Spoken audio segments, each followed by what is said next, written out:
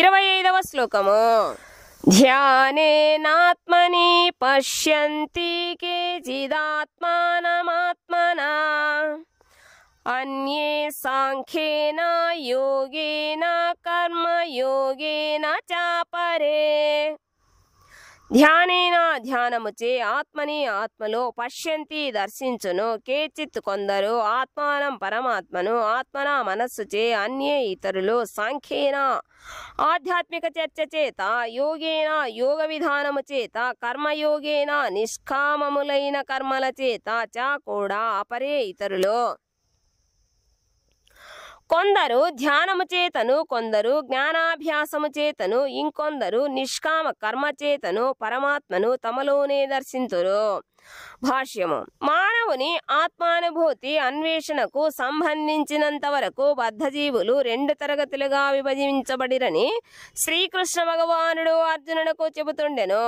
నాస్తికులు, నిరీశ్వరవాదులు, సంశయాత్ములు ఆధ్యాత్మిక అవగాహన భావనకు దూరులై ఉందురు. అట్టివారికి అన్యముగా ఆధ్యాత్మిక జీవితములో శ్రద్ధ కలిగిన మరికొందరు కలరు. వారు ధ్యానయోగులుగా, తాత్వికులుగా, నిష్కామ కర్ములుగా పిలువబడుదురు.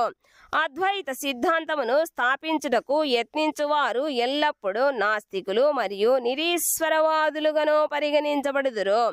మరో మాటలో దేవాదిదేవుని భక్తులు మాత్రమే సరి అయిన ఆధ్యాత్మిక అవగాహనలో చక్కగా నెలకొని ఉందురు. ఈ ఆధ్యాత్మిక జగత్తు భౌతిక ప్రకృతికి అతీతమైనదని, అదే విధముగా పరమాత్మగా అందరిలో నెలకొనినట్టి శ్రీకృష్ణ భగవానుడు భౌతిక ప్రకృతికి అతీతమైన వాడని వారెరుగుదురు. పరతత్వమును జ్ఞానాభ్యాసముతో అవగాహన చేసుకొనుటకు యత్నించువారు కొందరుందురు. వారు కూడా శ్రద్ధ కలిగిన వారుగానే పరిగణించబడుదురు. సాంఖ్య తత్వవేత్తలు ఈ భౌతిక జగత్తును 24 తత్వములుగా విశ్లేషిస్తూ జీవాత్మను 25వ అంశముగా పరిగణింతురు. అట్టి జీవాత్మ స్వభావము భౌతికాంశములకు అతీతమైనదని వారు అవగాహన చేసుకొనినప్పుడు వారు జీవాత్మకు పైన దేవాదిదేవుడు కలడని కూడా గ్రహించగలుగుదురు. భగవానుడు 26వ తత్వము గలవా కాగలడు. అట్లు వారు కూడా కృష్ణ చైతన్యములో ప్రామాణిక భక్తియుక్త సేవకు క్రమముగా చేరగలుగుదురు. అదే విధముగా ఫలాపేక్ష లేకుండా కర్మలను చేయువారు కూడా వారి స్వభావములో పరిపూర్ణులుగానే భావింపబడుదురు. అట్టివారికి కృష్ణ చైతన్యములో భక్తియుక్త సేవాస్థితికి పురోగమించుటకు అవకాశం ఇయ్యబడును. వీరు మాత్రమే కాకుండా శుద్ధ చైతన్యము గల మరికొందరు పరమాత్మను ధ్యానముతో కనుగొనుటకు యత్నించుదురని ఇక్కడ తెలుపబడినది. అట్టివారు తమలోనే పరమాత్మను దర్శించినప్పుడు వారు ఆధ్యాత్మిక స్థితిలో ప్రతిష్ఠితులగుదురని కూడా ఇక్కడ చెప్పబడినది. అట్లే జ్ఞానాభ్యాసము ద్వారా పరమాత్మను అవగాహన చేసుకొనుటకు యత్నించువారు కొందరు, హఠయోగను అభ్యసించువారు మరికొందరు ఉందురు. హఠయోగ ద్వారా బాల్యోచిత కర్మల ద్వారా దేవాదిదేవుని సంతృప్తిపరచుటకు యత్నించువారు కొందరుందురు. 26వ శ్లోకము. అన్యే త్వేవామజానంతః శ్రుత్వా నేభ్యా ఉపాసతే తేపి చాతితరంతేవా మృత్యుం శృతిపరాయణాః. అన్యే ఇతరులు తూకానే ఏవం ఈ విధముగా అజానంతః ఆధ్యాత్మిక జ్ఞానము లేకుండా శృత్వా విని అన్యేభ్యః ఇతరుల నుండి ఉపాసతే పూజింపనారంభింతురు. తే వారు అపి కూడా చ మరియు అతితరంతి అధిగమింతురు ఏవా నిశ్చయముగా మృత్యు మరణ మార్గమును శృతిపరాయణాః శ్రవణ విధానములో ఆసక్తి కలిగిన వారు. తిరిగి మరికొందరు ఆధ్యాత్మిక జ్ఞానముతో పరిచయము లేకున్నను ఇతరుల నుండి పరమపురుషుని గూర్చి శ్రవణము చేసి అతడిని పూజింపనారంభింతురు. ప్రామాణిక పురుషుల నుండి శ్రవణము చేయు ప్రవృత్తి గల వారగుటచే వారును జనన మరణ మార్గమును అధిగమింతురు. భాష్యము. ఈ శ్లోకము ఆధునిక సమాజముకు ప్రత్యేకముగా వర్తించును.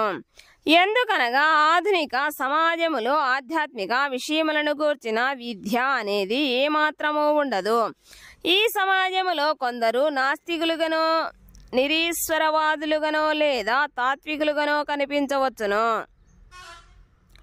నిజమునకు సరియైన తత్వజ్ఞానము వారెవరికి ఉండదు. కనుకనే సాధారణ మానవునకు సంబంధించినంత వరకు అతడు సజ్జనుడైనచో శ్రవణము ద్వారా పురోగతి సాధించుటకు అవకాశము ఉండును. అట్టి శ్రవణ విధానము ఎంతో ముఖ్యమైనది. ఆధునిక జగత్తులో కృష్ణ చైతన్యమును ప్రచారము చేసిన శ్రీ చైతన్య మహాప్రభువు ఈ శ్రవణ విధానముకు అధికముగా ప్రాధాన్యమిచ్చిరి.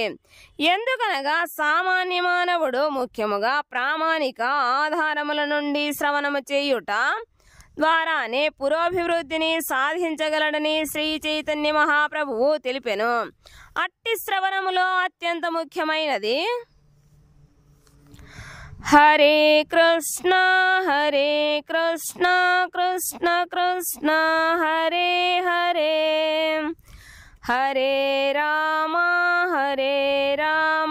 రామ రామ హరే హరే అను మహామంత్రపు దివ్య శబ్ద ప్రకంపనము.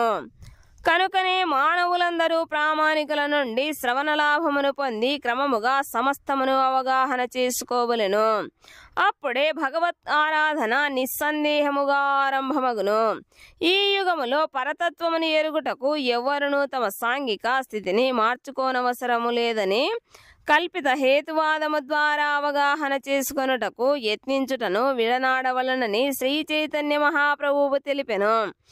మానవుడు భగవత్తత్వ విజ్ఞానము కలిగిన మహాపురుషునకు దాసుడు కావలెను. శుద్ధ భక్తుని ఆశ్రయమును పొంది అతని నుండి ఆత్మానుభూతిని గూర్చి శ్రవణము చేసి అతని అడుగుజాడలను అనుసరించగలిగేలా అదృష్టవంతుడైనచో మానవుడు శుద్ధ భక్తుని స్థితికి క్రమముగా ఉద్ధరించబడును. కనుకనే ప్రత్యేకించి ఈ శ్లోకములో శ్రవణ విధానము విశేషముగా ఆదేశించబడినది. నిజమునకు అది సమంజసమే.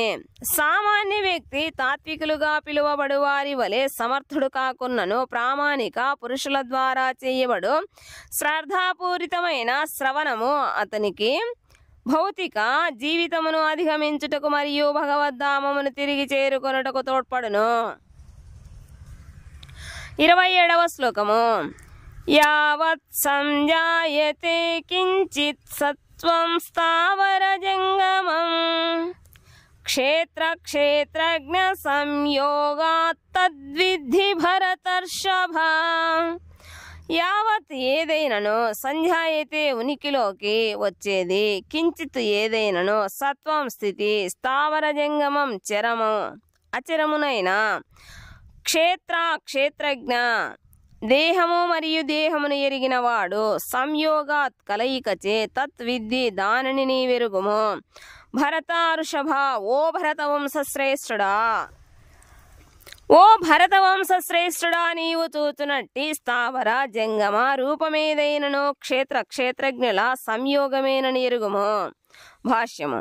భౌతిక జగత్తు సృష్టికి పూర్వమే స్థితిని కలిగి ఉన్నట్టి భౌతిక ప్రకృతి మరియు జీవుల గూర్చి ఈ శ్లోకములో వివరించబడినది. సృష్టించబడినదంతయు జీవుడు మరియు ప్రకృతి కలయిక చేతనే ఏర్పడినది. ఈ ప్రపంచములో వృక్షములు, పర్వతములు, కొండలు వంటి అనేక స్థావర జంగమ రూపములు కలవు. అవన్నీ భౌతిక ప్రకృతి మరియు ఉన్నత ప్రకృతి అయిన జీవుని కలయిక చేతనే ఏర్పడినవి. ఉన్నత ప్రకృతికి సంబంధించిన జీవుని స్పర్శలేనిది ఏదీ వృద్ధి చెందదు. ఈ విధముగా భౌతిక ప్రకృతి మరియు జీవుల నడుమ సంబంధము అనాదిగా కొనసాగుతుండెను. ఈ సంయోగము పరమ పురుషునిచే కలిగించబడినది. కనుకనే భగవానుడు పరాపరా ప్రకృతుల రెండింటిని నియంత్రించువాడు. భౌతిక ప్రకృతి భగవానునిచే సృష్టించబడినది. పరాప్రకృతి అయిన జీవుడు భౌతిక ప్రకృతిలో ఉంచబడెను.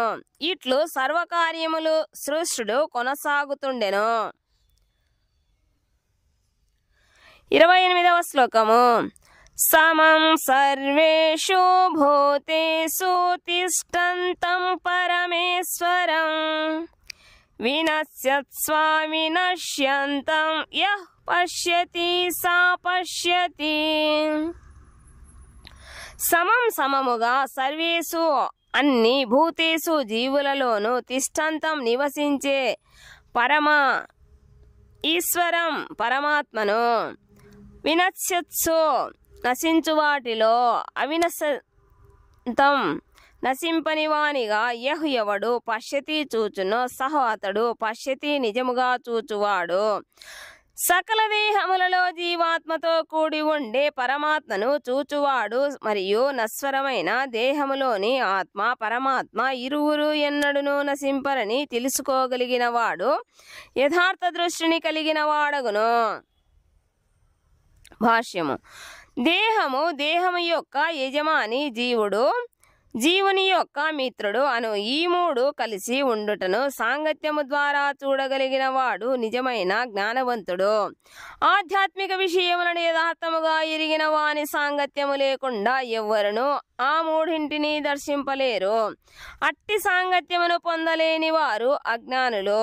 వారు దేహమును మాత్రమే చూచుదురు. దేహము నశించిన పిమ్మట సర్వము ముగిసిపోవునని భావింతురు. కానీ నిజమునకు అట్టి భావన సరి అయినది కాదు. దేహము నశించిన పిమ్మటను ఆత్మ పరమాత్మ ఇరువురును నిలిచి ఉందురు. అంతేకాకుండా వారు శాశ్వతముగా వివిధ స్థావర జంగమ రూపములలో తమ అస్తిత్వమును కొనసాగింతురు. జీవాత్మ దేహముకు యజమానియగుట చేత పరమేశ్వర అను సంస్కృత పదముకు కొన్నిసార్లు జీవాత్మగా కూడా అర్థము చెప్పబడును. అట్టి ఆత్మ దేహము నశించిన పిమ్మట మరొక దేహమును పొందుతుండును. ఈ విధముగా ఆత్మ దేహముకు యజమానిగా తెలియబడును. కానీ కొందరు పరమేశ్వర అను పదముకు పరమాత్ముడని వివరింతురు. ఈ రెండు భావ వివరణలోను ఆత్మ మరియు పరమాత్మలు రెండును నశింపక శాశ్వతముగా కొనసాగుతుండును. ఈ విధముగా ఆత్మ పరమాత్మలను చూచువాడు ఏమి జరుగుచున్నదో యథార్థముగా చూడగలుగును.